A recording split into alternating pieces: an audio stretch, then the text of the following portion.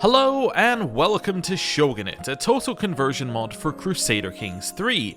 This mod aims to convert Crusader Kings 3 from a European-focused game into Feudal Japan, and it does some pretty interesting things with it. The main one that I want to look at is the struggle mechanics that they've added, which is a new feature that was added in the Fates of Iberia, which we recently tried out in the base game, and it was really cool, but it was also a mechanic that had a ton of potential to be applied to different situations, and that's just what they've done here, and I'm interested to try it out. So let's jump into a new game and see what's going on. Now before we do, I just want to set up where we are. So there are a couple of different starts here. This I believe is kind of historically significant. This one is kind of the fathers of all of these characters, so it's like a generation, the calm before the storm, I would say. And then this one right here is where everything kicks off. Tenka Fubu. After the battle of... Now I do need to apologize, my Japanese pronunciation is terrible, but bear with me. Of Okehazama, Oda Nobunaga allied with Tokugawa Ieyasu and invaded Mino, the territory of his deceased father-in-law Saito Dosan. In 1567, after conquering Mino, Nobunaga moved his court to Inabayama and renamed the castle Gifu. At the same time, the political situation in the Kinai region was in chaos as Miyoshi Triumvirate assassinated the shogun, Ashikawa Yoshiteru. This incident led to a power vacuum with no legitimate ruler in the area. In response to the situation, Nobunaga adopted the policy later widely known as Tenka Fubu, rule the world by force, and waited for an opportunity to march to Kyoto. So basically, everything's in a little bit of chaos, and it's an opportunity for somebody with an army to take what they want by force. Now, the character we're going to be playing as is Shingen Takeda. Just because I looked around a couple of them, and he seemed like one that had some fairly solid background for what we wanted to be doing. It had some very solid goals, and something to just set us on the right path, which I feel is useful when you're first looking at a mod. So, Takeda Shingen, Tiger of Kai. Takeda Shingen rapidly expanded his power from Kai province to Shinano and Kozuki.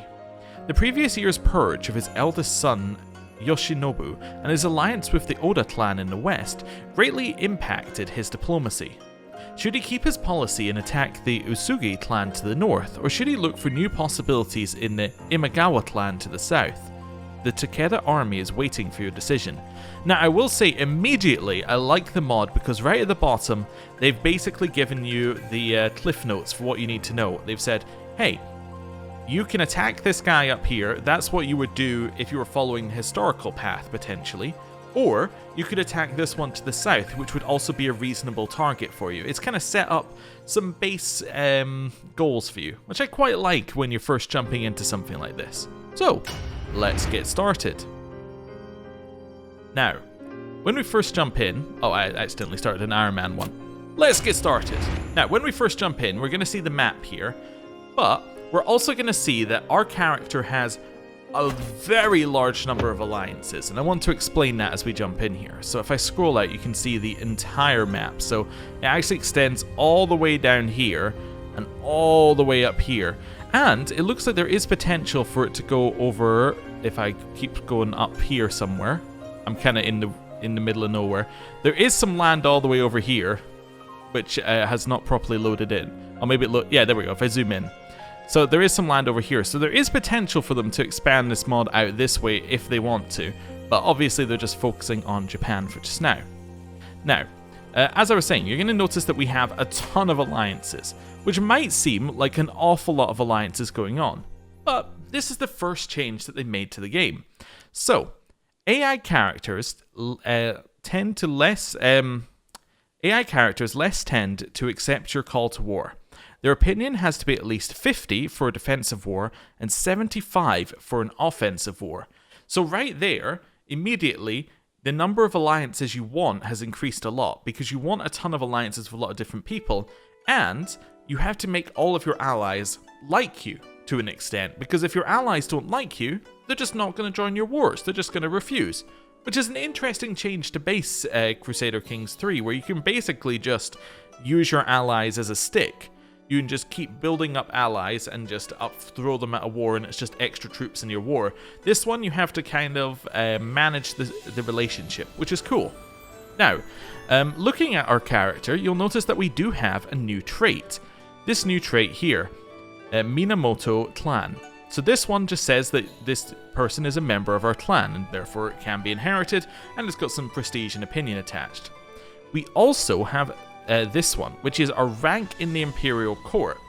Now, there is something, and I'm not entirely sure how this works, but it's apparently through decisions. You can raise your rank in the Imperial Court, which will then give you extra bonuses. So currently we're junior 5th rank, lower grade. Now, I don't know whether that's good or bad. I'm not entirely versed in the Imperial Court of Japan, but that is our current rank, and it appears to be the rank of a couple of people around us. So we could do something with that. Now, we also have the struggle mechanic in the bottom right here. This is the Sengoku struggle, and you'll notice something here. We cannot end the struggle. There are no ending decisions available to us. What I think they're doing with this, now I might be wrong, but what I think they're doing with this is they're using it as a way to apply a bunch of rules based upon where things should be in the world without necessarily providing you a way out. Like, it'll just keep going through different steps. So currently we're in unification/chaos. We'll move into unification/order, but in the end, it's just applying a new set of rules for the place in history that we should be, which is an interesting way of doing it. They've also done something which I said I really wanted the developers to do at the at the end of our Fate of Iberia series, which is they've made it simple. There are 3 things which will advance you towards the next stage: converting to the local faith as a ruler, vassalizing an independent ruler, or gaining a title. These are the only 3 things which will advance you forward. And in terms of what effects you get some very simple effects. You get the Unified Japan Casus Belli.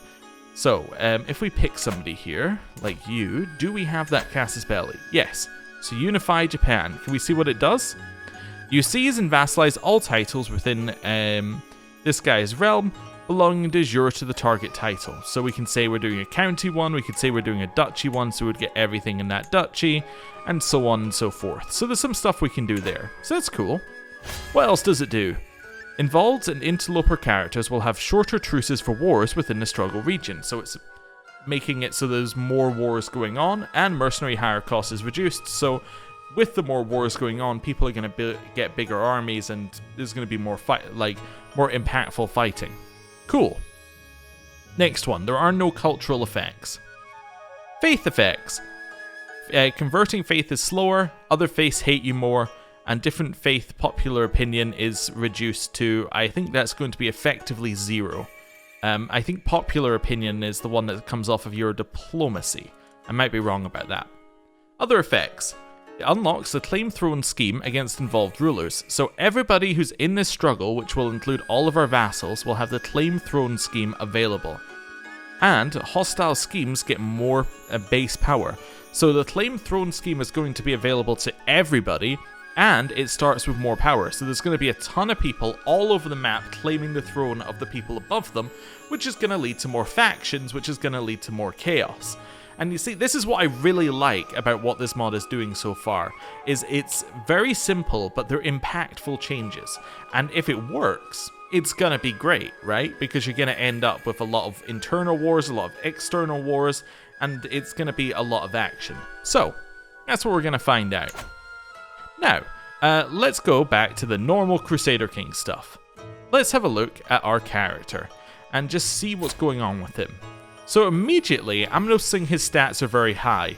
Is this because of a particular reason? I don't believe so. I believe his stats are... Oh no, okay, so he's got Grey Eminence, which is +8, so his base is 3. So actually it is because of a lot of bonuses. Okay, I was going to guess that they just made it high to start with, but no, we just have a ton of the bonuses going in. So we have Grey Eminence, which is 8, Genius, which is 5, August gives us 2, Strategist gives us 1, Ambitious gives us 1, Assistance from Spouse. So we have a Holy Sight as well. Now, one thing that I have noted is that the mod has what it calls special buildings, which have powerful modifiers that the top liege benefits from. So we need to keep an eye out for that. So if we conquer some land, there might be a special building there which is going to give us benefits. So that's something to have a look for. Okay, cool. So we have a ton of benefits there. What about this one?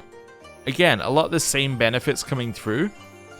Strategist is a lifestyle trait that we've got, which is giving us a lot, and another Holy Sight giving us a benefit.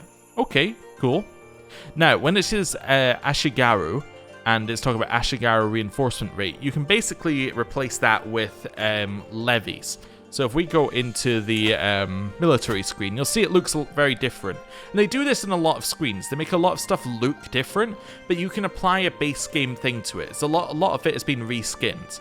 So this is basically your levies, right? In fact, it still says high details for your levies right there. And then these are your knights, effectively, your busho here. And then here are your heavy infantry, your light well, actually these are spearmen, and then your siege units, right? They've all been renamed, they all have different pictures, but effectively, you know what they are. They're the base game things that we've been used to dealing with. Cool. Anything else giving us a ton of stats? Assistant First Minister. So our position, I think, on the in the Imperial Court is giving us a benefit. Cool. That's something that's good to know. And then you can kind of go through these. Now you'll notice we don't have a royal court. That's actually at the next level up, I believe, as we're a duchy tier title. If we have a look at these guys, our rival, see they do have a royal court. And I only wanted to show it because you can see like they've done a reskin of the royal court as well to make it look nicer, which is cool. I like the flavor in here. There's definitely a lot of potential for a lot of mods to do some fun stuff with that.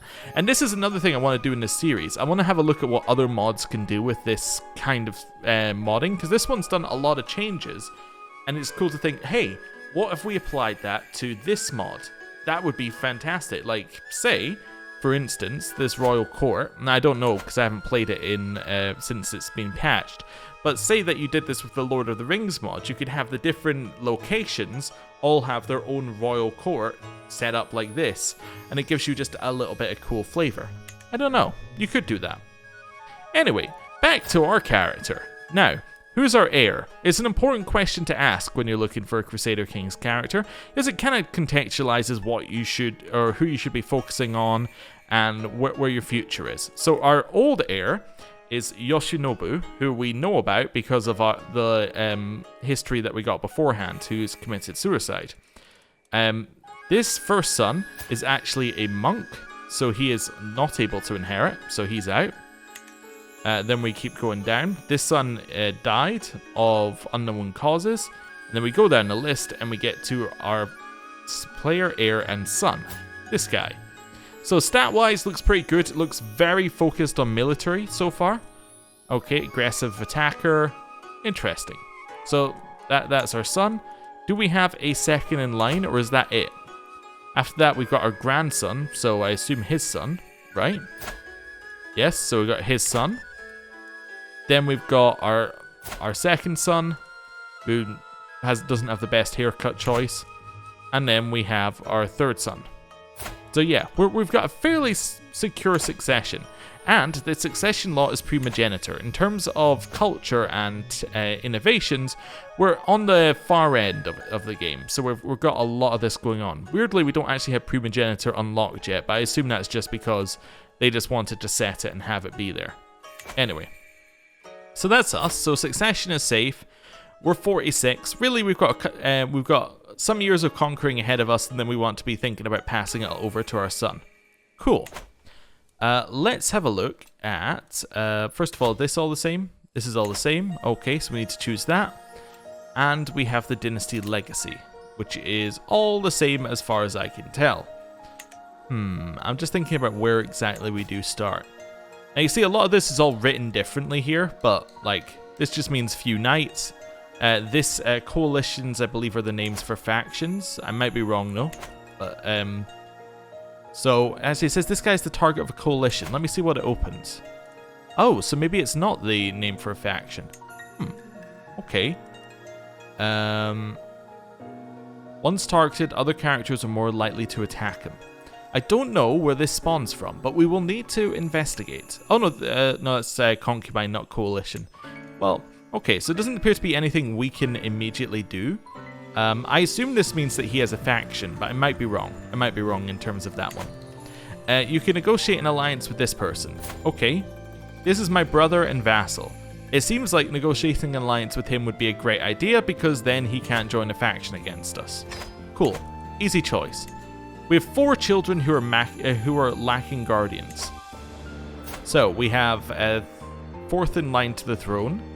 So you currently are doing a stewardship education, which is fine. Let's find you somebody who's good at stewardship and get you educated. How about you? You'll do. That's fine. I think there were better people there, but that's okay. I'm not too worried. He's unlikely to take control. You're currently going for a martial education. I mean, that's fine. Doesn't really bother me. So let's find somebody to educate you. Genius, martial education seems great. Actually, that might be... that's intelligent, right? It was intelligent, but fine. Doesn't really matter for our circumstances. We have what I assume is 5th in line to the throne here. Currently going diplomacy. That seems fine. You can be educated by the same person. Then our daughter here, currently betrothed to the son of the Grand Daimyo Nobunaga, so the person who we were hearing about in the history lesson at the start, who is also our rival. Okay, but this gets us an alliance with him, I would assume. Right? So if we have a look here, I'm assuming that we currently have an alliance. I could be wrong, though. We could look at our allies as a better way of finding that out.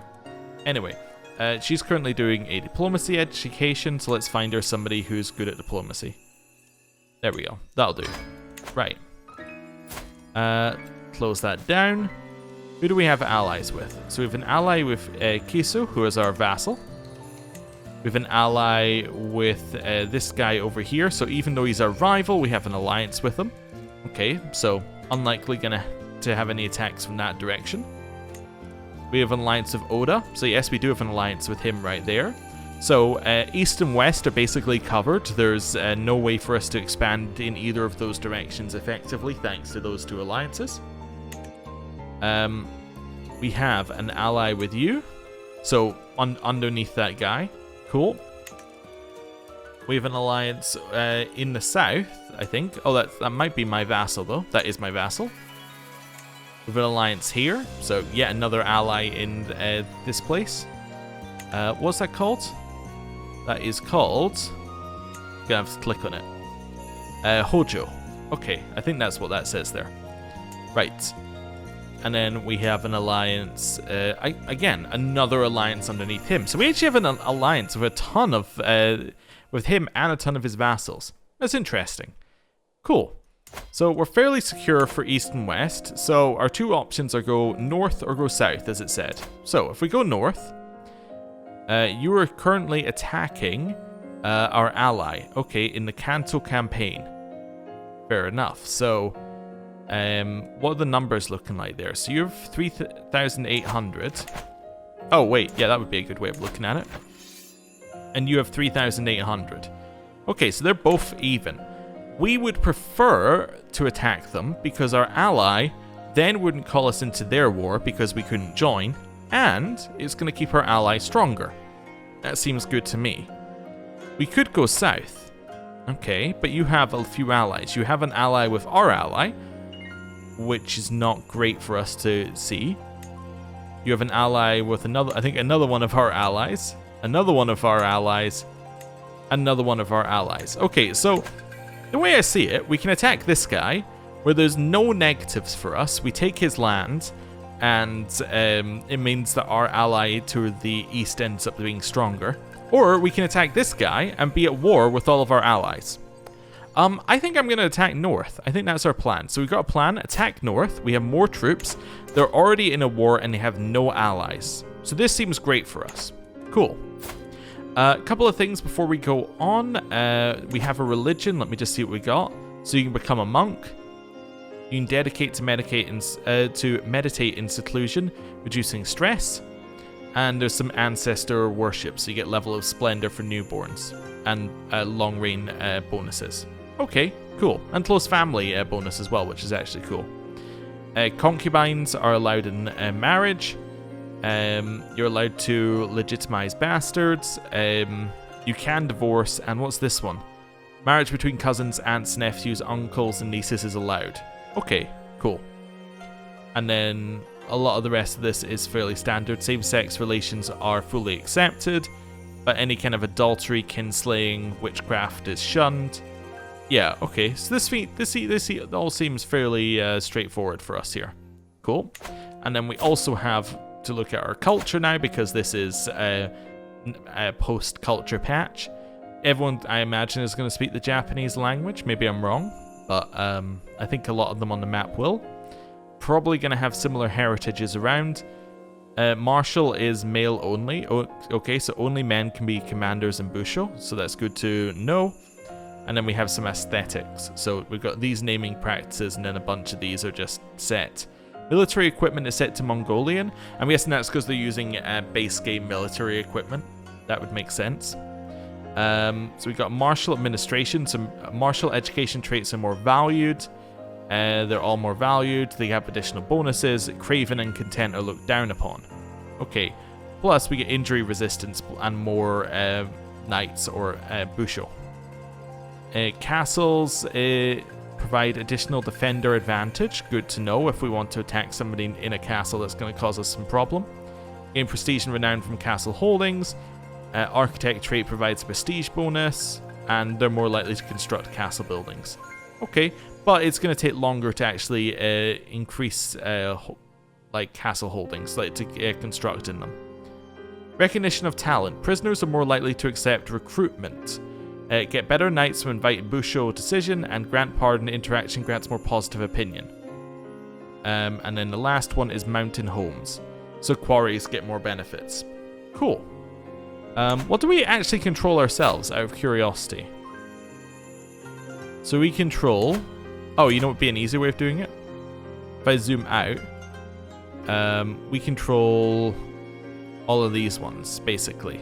So that, and that. And you can see it by the color, although it's not entirely clear. But yes, this color is all of our stuff.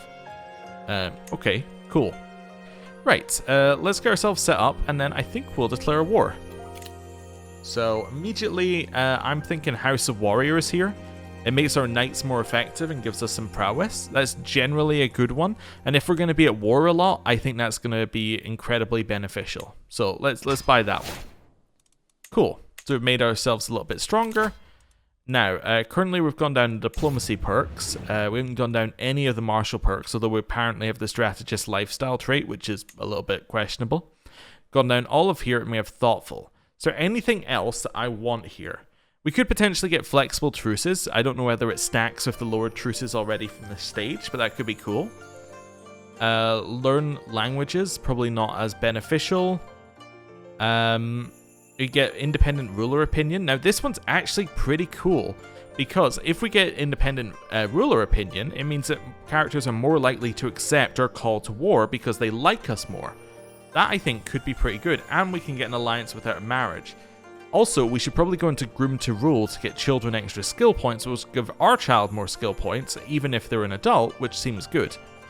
Let's maybe just take flat diplomacy here. Yeah, just a straight up diplomacy increase. Which means our diplomacy is now sitting at 28, which is very nice.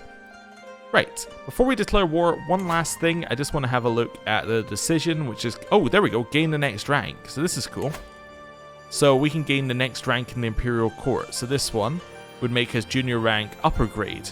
Okay, I don't know what actual so that's 0.2 prestige per month in domain limit. Yes, we gain more prestige. I wonder what the end game of this is. That would be interesting to see where this goes. Okay, so you have to be a certain realm size, and then you can pay a certain amount of gold to take the rank up. I wonder if that applies to your children, or whether your children reset. As in, like, whether our child would inherit our rank at court. Probably not, I'd imagine. And then we also have found a new shogunate. which means that we have to have a realm size of 80 or more, and you control Kuni of Yamashiro completely. So I'm assuming that's our de jure, that must be our de jure kingdom, no? I'm not entirely sure what it's asking. This one? No, that's a little bit too big for us here. Okay. Yeah, so I'm not sure what it means by the Kuni of Yamashiro. Is Kuni the name of a... Oh, so this is the Kuni of Kai. So it must be a duchy realm title. So there must be a duchy called the Yamashiro, which we would need to control to do this. Yamashiro. So if we do find a title, Yamashiro, there we go. And where is it? It's over here. Okay. So if we want to form a new shogunate, which might be our end goal, we actually want to end up over here. So we might want to go round Oda if possible and get ourselves down this way. It's an option. And that would, I guess, replace this shogun with us. Okay. There is also another thing to note, which is that if we go and have a look at the imperial court here, we can find it through here, we can find the current emperor. Now, this emperor holds land and titles, but this is he only holds these titles because you need to have it in Crusader Kings 3 to be a character, right, to do certain things. This guy actually doesn't hold anything you can deal with. If I click here, you'll see his title is somewhere over here, which I assume is too far away for you to mess with. So I believe that's what we do with him. We just leave him alone. Right. Let's raise some troops and let's go to war. You. Also, what was your rank? Lower 5th. It's 5th rank, lower grade again. Okay, cool. I'm going to declare war. Unify Japan, I think, is probably the sensible one. Although we could declare a de jure one here, so that gets us one singular one. If we go Unify Japan Duchy, we can take a bit there. That's going to give us the same that we would get otherwise. We can take this one. Or we can take that one. I think we'll take this one. This one seems pretty good. Yeah, that's a lot of land. Yeah, let's go for that war. Let's go. We're going to rally point ourselves over here. Now, I don't know whether our army is just rubbish or something. Or whether it's good. I'm not entirely sure what's going to happen with it. But, well, we'll try it out. Now, another thing I just want to check here is how much money does he have? 120. So what can you buy with 120? So you could buy one lot. So he's going to have potentially 500 more troops than we think he does. That's okay. Oh, there we go. The Onin War and the following turmoils initiated in the Sengoku period. It was a long, drawn-out power struggle between the various daimyo for domination of Japan. I will not let slip my vision for my homeland. By Shinabutsu, House Takeda will weather the storm and will see my will fulfilled. Holy Banner and armor are watching us. You're one of the involved participants in the Sengoku struggle. Okay, cool. Also, I just had a thought. I don't have any proof behind this, but because we don't have an ending decision for the struggle, I wonder whether there's something we can do to get us an ending decision, like potentially if we became the shogun, could we end the struggle? I don't know. Potentially. That would be interesting. Right. We have formed an alliance with our son. Anything else popping up? We could call our allies to war. Not many of... Wait. We can call Hojo to war? A lower ranked, different Hojo, not this Hojo, but a different Hojo, I think. Yes, I think Hojo is a title now that I look at it, potentially, or a family name. Yes. Anyway, that's okay. So we could call in some people, but I'm not going to. But there you go. You need at least 50 opinion for a defensive war and 75 for an offensive. So nobody's actually able to join our war. So this is incorrect in that we can call an ally to war. We could call dynasty members to war, but again, they don't like us, so we can't do that. Right. Raise our troops. They have more troops than us currently. As I said, they might have 600 more than we thought they did. And they've hired 600 mercenaries. So they have 600 more than we thought they did. Now, they're currently attacking over here.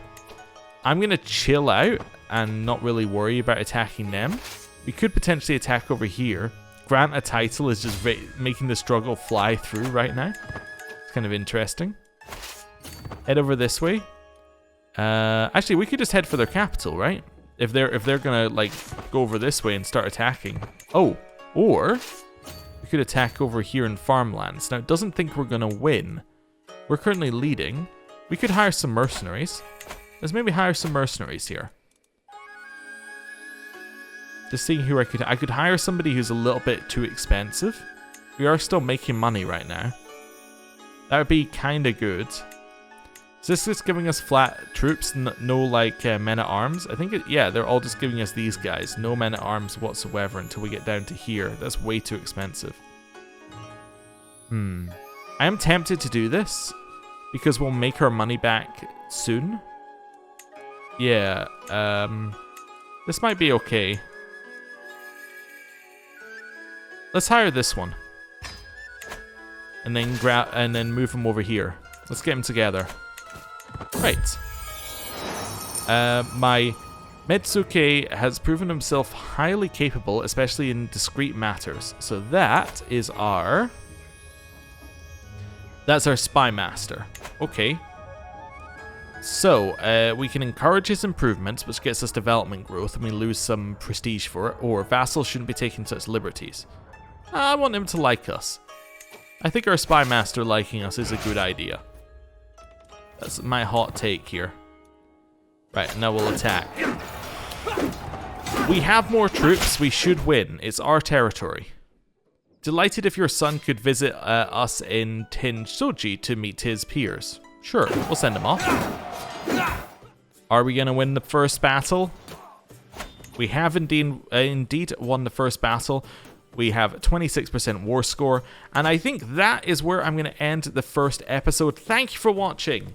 As it is the first episode of a series, please consider liking, subscribing, commenting, all of that sort of stuff. I only say it on the first episode because it really helps with search rankings and with getting the series to grow and get off to a good start. So, thank you for watching, and I will see you tomorrow for some more Shogunate. Goodbye.